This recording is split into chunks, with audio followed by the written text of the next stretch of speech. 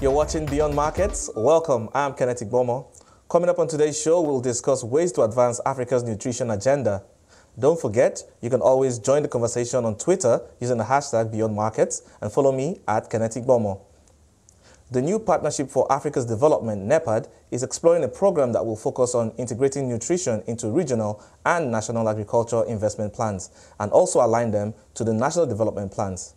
Boitshepo Bibi Giyose, the Senior Officer for Nutrition and Food Systems at NEPAD, joins me to explore ways to advance Africa's nutrition agenda. So we are looking at Africa's nutrition agenda here, Boitshepo. Can you tell me what you make of Africa's agenda so far? The Africa's nutrition agenda so far is very complicated in the sense that Africa is the one continent that has seen a rise in food insecurity as well as malnutrition in all its forms. So what Africa and NEPAD intends to do, we have a strategy, a new strategy that is just being finalized, which intends to actually ensure that, one, there's political commitment, two, the integration of nutrition into all development plans, and three, ensuring investments in nutrition are advanced. When you're looking at nutrition on one hand, people also say on the other hand that we have food security issues. We have the threat of climate change coming in on the continent. These are very real issues that are being affected by many countries on the continent. We have flooding, like for example, in Nigeria as well here. How would you put this, in planning, put this in perspective when planning for nutrition? Of course, when you look at the challenges of climate change, you cannot divorce them from also the related challenge of food insecurity and malnutrition. So we need, as a continent, to start looking at how we build resilience. Doing that, we also have to look at the issue through a gender lens. As we know, most of the people who actually produce the food on the continent are women, and yet women are the most malnourished. So we have to look at how to improve the inclusiveness of women in the agriculture and food security and nutrition agenda. Women are also caretakers. Women are the ones who are looking after children. So how do we make sure that they themselves are not malnourished in order for them to be able to take care of the families? So I would also like to take you up on this point. I read a piece from NEPAD earlier. It says to address Africa's nutrition agenda, it requires a multisectoral approach or action. Can you share more on this? Exactly. Many people may not know that nutrition is actually a multisectoral and interdisciplinary issue. So agriculture, on the one hand, has to produce food to make sure that there is food security. On the other hand, health has to ensure that the information and the approach for taking care of people is on hand. The education sector has to be on board. The trade and industry has to be on board, as well as water and sanitation. So if you want to address nutrition in a holistic fashion, you have to ensure that all the sectors play their part and all the sectors are held accountable. Because like I said, nutrition is not a one sector approach, it's not a purview of just the Ministry of Health or Agriculture. It is in fact the purview of all the key sectors that should be doing their part to make sure that they deliver on what they are set out to deliver on. So how do we get all the pieces of this puzzle to play together, to break the silos and build bridges and collaboration and increase all that? How do we get this going and, so that every aspect that needs to come together to make the Africa's nutrition agenda to flourish plays its part? First and foremost, I think we need to make sure that there is political commitment. Secondly, we need to ensure that in terms of coordinating and managing nutrition and food security, we manage it not from a line ministry such as health or agriculture. We rather elevate the position of the coordination and management of nutrition to a non-line ministry such as the Ministry of, let's say, Economic Development, or even, let's say, the Prime Minister's office or the President's office. That way, the coordinating high-level ministry or president's office can actually be able to crack the whip to make sure that all the sectors do their bits and all the sectors are held accountable and they report accordingly. And also, they put the required resources into reducing hunger and malnutrition. So I would like you to speak specifically, because I know children play a major part of on the effect side. They are usually, you mentioned women earlier, but I also think children also suffer from a lot of malnutrition in there. I'd like you to speak to the economic impact, of malnutrition, or of child malnutrition. Let me make reference to the cost of hunger studies, which have been undertaken in, to date, about 20 countries. The cost of hunger studies point to the economic and social impacts of child undernutrition. What these studies have shown us is that because of child undernutrition, we are losing not only in terms of health costs, but also education costs and productivity losses. So far, what the studies have indicated is that countries are losing somewhere between 1.9% to about 16.5% of the GDP. We have to understand that child undernutrition affects not just the physical condition, but also the mental condition of children.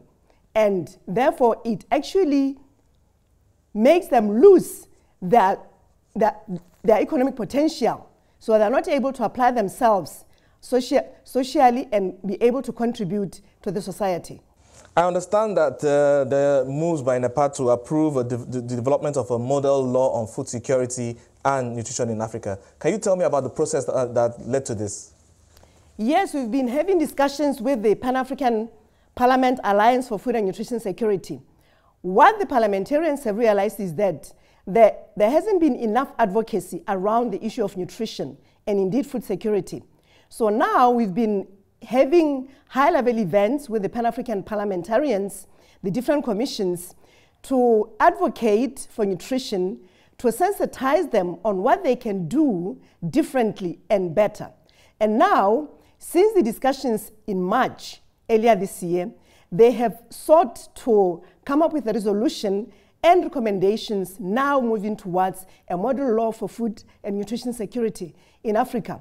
This model law is meant to give guidance to countries as to how they should be handling more effectively their affairs around food and nutrition security, with a view, like I noted earlier, towards increasing advocacy, increasing investments, and indeed ensuring that there is information trickling down and capacity built from the highest levels to the grassroots. Beyond increased advocacy, and we're looking at trying to get commitments from governments, what would you say about the level of political will on this? Well, I mean, unfortunately, I can say there is political will, but the political will has not been matched with increased resources. If I can just highlight the fact that in many countries, if you look at the budgets for nutrition, they are less than, if you are lucky, 2%. So this points us to the fact that indeed the political will is not consummate with the level of investment. So we need to actually start speaking the language of better commitment through better action and through better impact and results. So in this regard, I'm happy to also say that at least so far, thanks to the cost of hunger studies, countries are beginning to increase their budgetary allocations for nutrition and better integration into agriculture plans. So what's the level of technical support you are seeing from other global organizations that are, that are very focused on nutrition? NEPAD and the African Union, as continental bodies, we have been working very closely with the United Nations, different agencies such as the Food and Agriculture Organization, the World Food Programme, UNICEF, the World Health Organization, IFAD, and others. But also, we are working with some multilaterals and bilateral organizations and donor organizations. So at least we are seeing an increased support towards nutrition. But I want to underscore the need for Africa to invest in its people and in its human capital, because we cannot continue to rely on outside sources for challenges that are coming from within and for challenges that I know and believe we can solve if we put our heads to it. So while the political will might be there for some countries, for some others, they might be having some serious financial challenges. I'd like you to speak to, what struggling countries, and how they can get the best out of Africa's nutrition agenda. Well, obviously, countries are at different socioeconomic levels. However, they have to be able, in their own quotas, prioritize. Because if you don't prioritize nutrition and food security, then development cannot occur.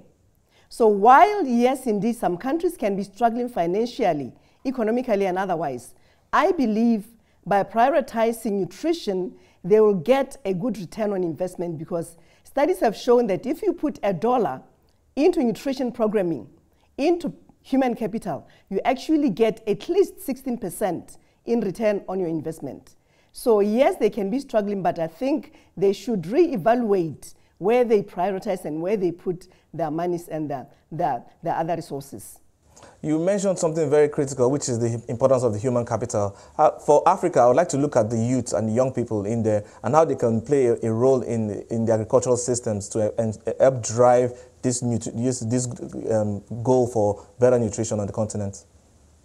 Well, fortunately, there is a very strong move and drive towards engaging and interesting the youth in agriculture. Just in August, there was a huge conference in Kigali, Rwanda, that was focusing on youth in agriculture.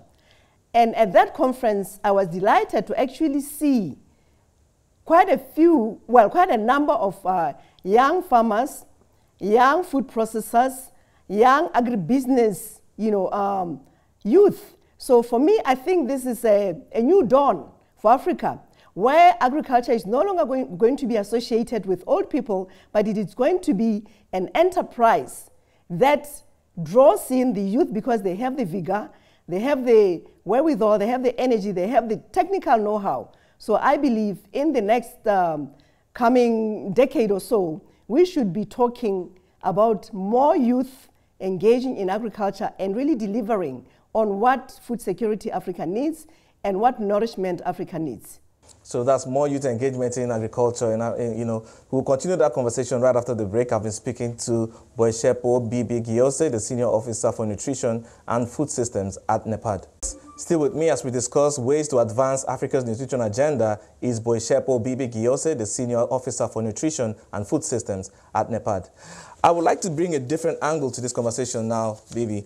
Can we look at what the private sector, the role of the private sector in advancing this agenda, is? Well,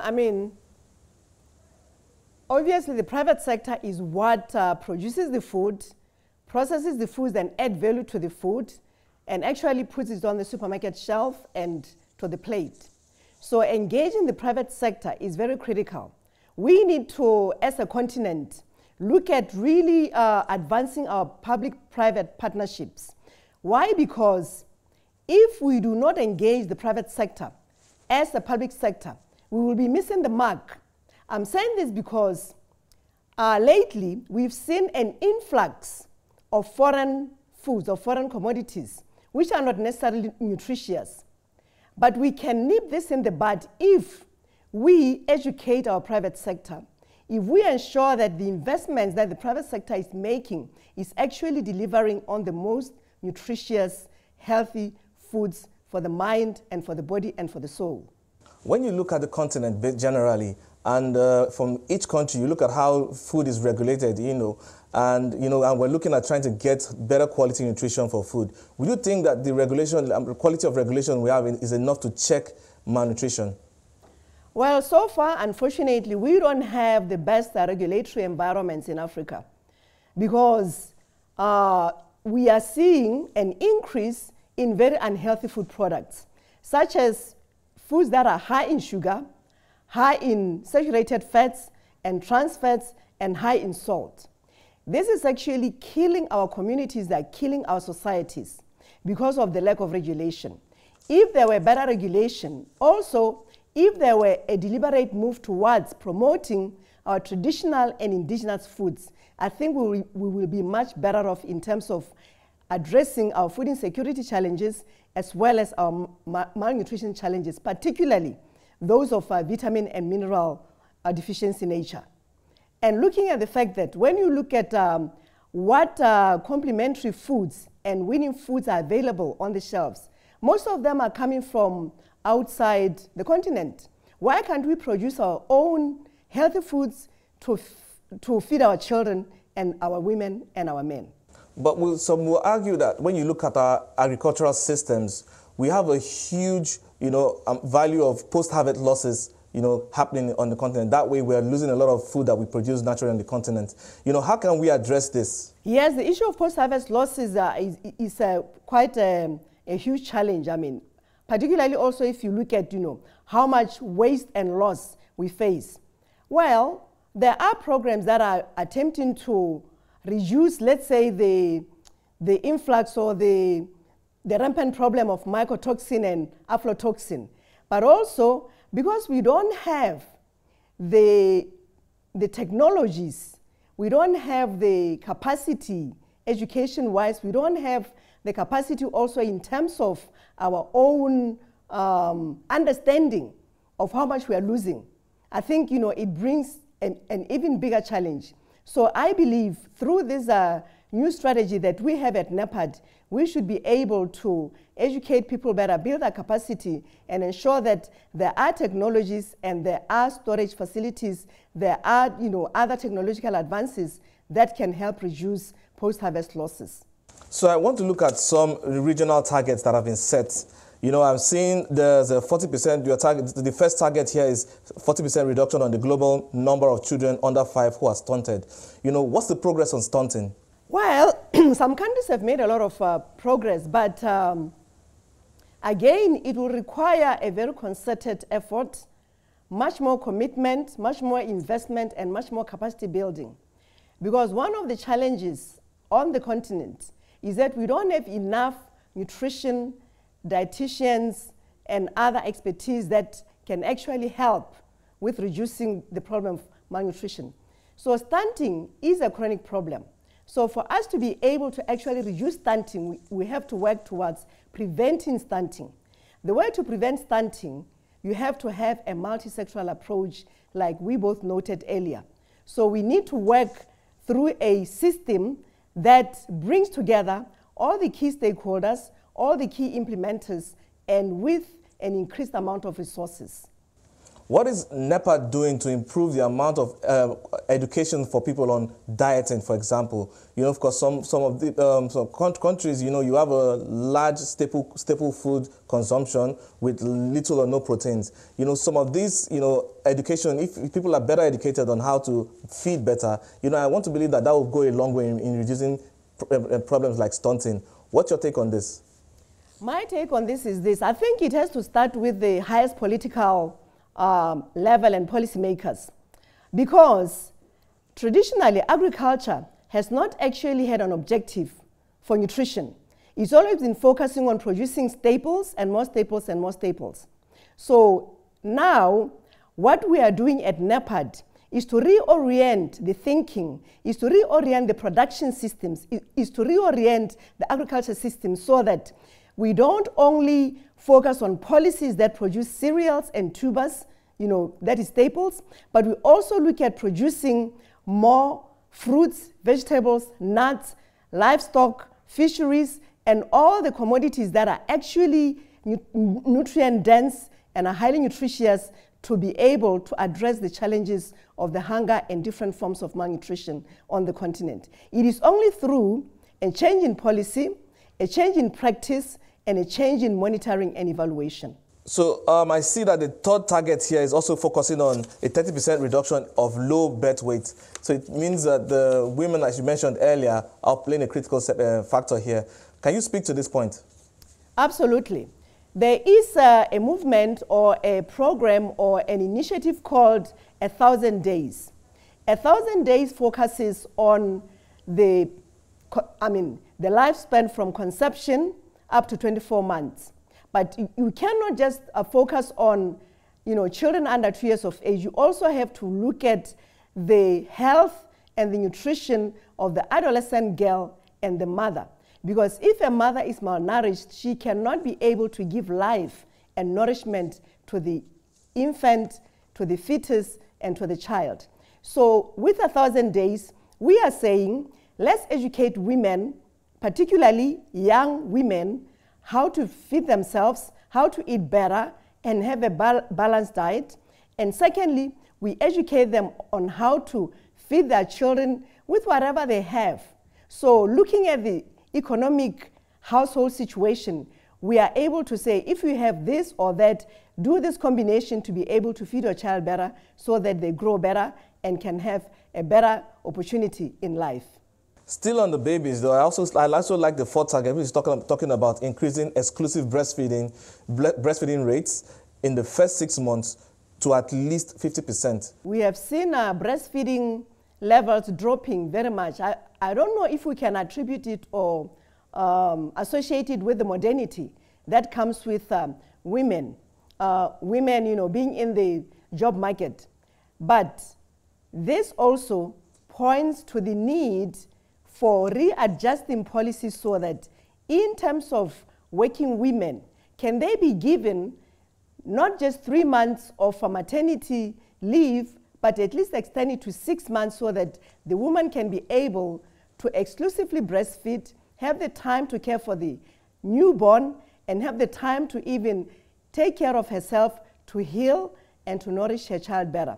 So the policies, we are trying to get governments to work with the increment of breastfeeding times, in terms of giving the mother more hours during the day if she's working to go home, feed the child, or at least for them to be given 6 months maternity leave so they can attend to the baby adequately.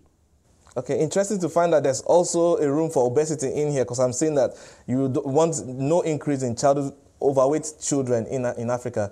Can you speak to how much of a problem this is on this part of the world? In Africa, the estimates are pointing to the numbers around 10 to 11 million children who are overweight and even obese. Why is this happening? This is happening because the diets have shifted. We are experiencing what is called dietary transition. So people are no longer eating healthy, wholesome, natural foods. We are seeing, like I noted earlier, children are actually exposed to sugary beverages, to sweets, to high-fat foods. I mean, look at the explosion of food chains from outside. If I may point out, Kentucky Fried Chicken, McDonald's, and you name it. So children are no longer eating, the good old sorghum and green leafy vegetables and nuts and fruits. They are now eating hamburger, fried chicken, biscuits, Coca-Cola, and you name it. So this is actually not a healthy trend. We will have to work harder to reverse the trend among children consuming unhealthy foods so that we can reduce the overweight and obesity. Because this is also leading to children now having, diseases that were associated with adults. Diabetes, heart conditions, you name it. So we are really sitting on a time bomb because now we are grappling with the challenge of undernutrition, also now overnutrition. How do we apportion our resources to be able to tackle this triple burden or double burden of malnutrition? Okay, so we're keeping our eyes on all this. Thanks for your time, Bibi. It was a pleasure speaking to you on Africa's Nutrition Agenda. That was Boitshepo Bibi Giyose, the Senior Officer for Nutrition and Food Systems at NEPAD. And that's all we have on today's episode of Beyond Markets. Thank you for joining us. As always, you can watch all previous episodes of Beyond Markets on our website, CNBCAfrica.com, and stay engaged with the hashtag Beyond Markets. Follow me at Kenneth Igbomo, and do have a wonderful evening.